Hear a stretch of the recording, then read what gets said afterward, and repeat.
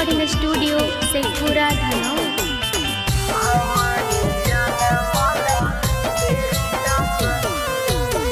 हो लौ तोरा तरुआ छठी हरियो में नैबो लईनी गे आगे हमारे जाला मल बेटा ससुरा में बेटा वाला का हईनी गे आगे हमारे बना सज दे लगे जनुआ हमारे लईनी के आगे हमारे जला मल बेटा ससुरा में बेटा वाला का हईनी के आगे हमारे जला मल बेटा जनुआ।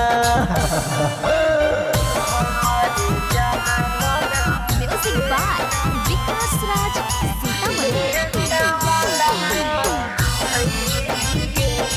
Mix by Vikas Bihari.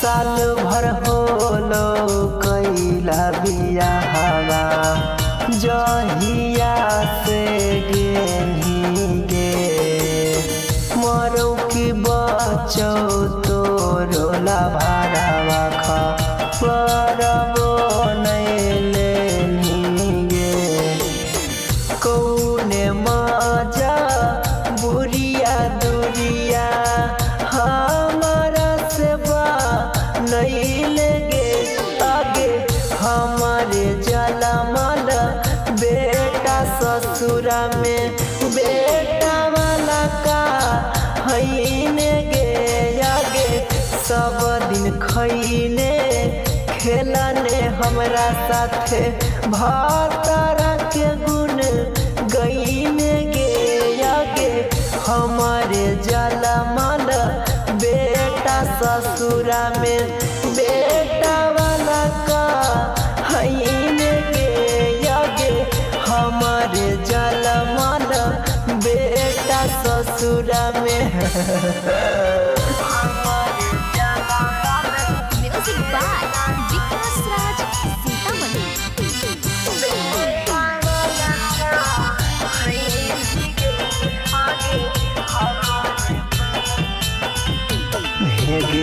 बोतल के बोतल लाई के दूधावा जादो जी से पी लियोगे कतने बस बाता देगे रनिया गलती की कैलियोगे महीने महीने दूधावा के पैसा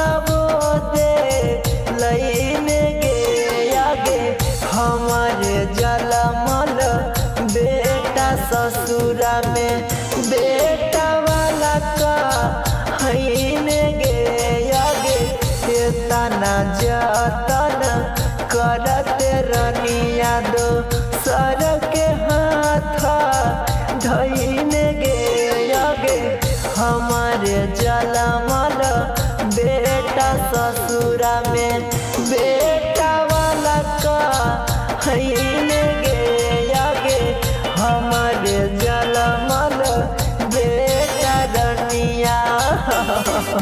जहरा music recording studio Sheikhpura Dhanaur.